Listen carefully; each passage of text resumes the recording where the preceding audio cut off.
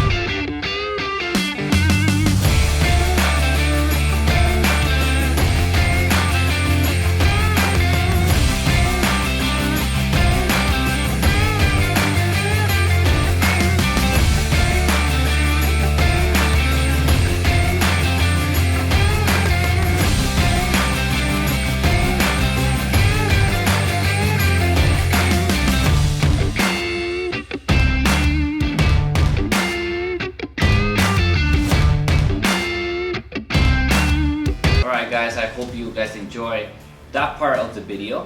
Now I want to get into more in details and let's discuss the markers. So for starters, Parkoo markers. So what did I like? I like how it blends. The blending is really nice. You can see it right away once you mix two colors. You can start already seeing the colors blending together, and that's really cool. I like how that affects or how the markers function, in other words. What else do I like about them? I like how their thinner side is it's like a brush. I like how it's so, I guess, brushy.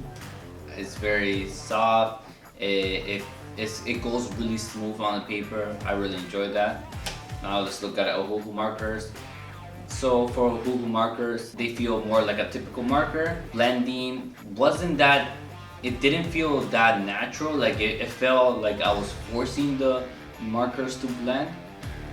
It didn't feel like a natural thing compared to Parkoo markers. I guess one thing I have to say about the ohuhu markers, they do have a specific marker which is kind of like a transparent color, which is used for blending. I know I'm saying that it didn't feel natural for them to blend. It felt like you have to use this marker, and I didn't actually use it in this video because I wanted to show you guys, I wanted to kind of make it a very even ground for both of them. If you saw in the video, I only used 12 markers of Parkoo, the ones I had, and to make it an even match, I only used 12 markers from ohuhu markers, and I tried as close as possible to use the same or the most similar colors they had in common, so we would get a very similar image, because I didn't want it to be unfair judgment where I could easily use all the markers that I have bought from ohuhu markers, which will give me an edge where I can use more colors and create more depth in blending colors. I wanted to see what both of them can do with the same amount of markers. So in conclusion, I think they're both very capable markers to get the job done. You just have to adapt to their ways of functioning, and I still think they're both great markers. It's just for me, I have to say my preference at the moment is Parkoo markers. And that's basically it. All I can say right now is I prefer those markers. I'm not sure if I'll be able to buy it in the future, these markers. Hopefully they will have some in Canada. But if not, I will still stick with ohuhu markers because for the price, they're really good markers. That's the end of the video. I'm going to show you guys one more time the drawing I did. And you can see Parkoo drawings on this side, right here, and ohuhu drawing on this side. I hope you guys enjoyed this video. I hope it was informative. So if you liked my video, please subscribe, press the like button, and also press the bell button so that way you will get notified for my next videos. So thank you guys for staying all the way to the end, and see you next time. Bye.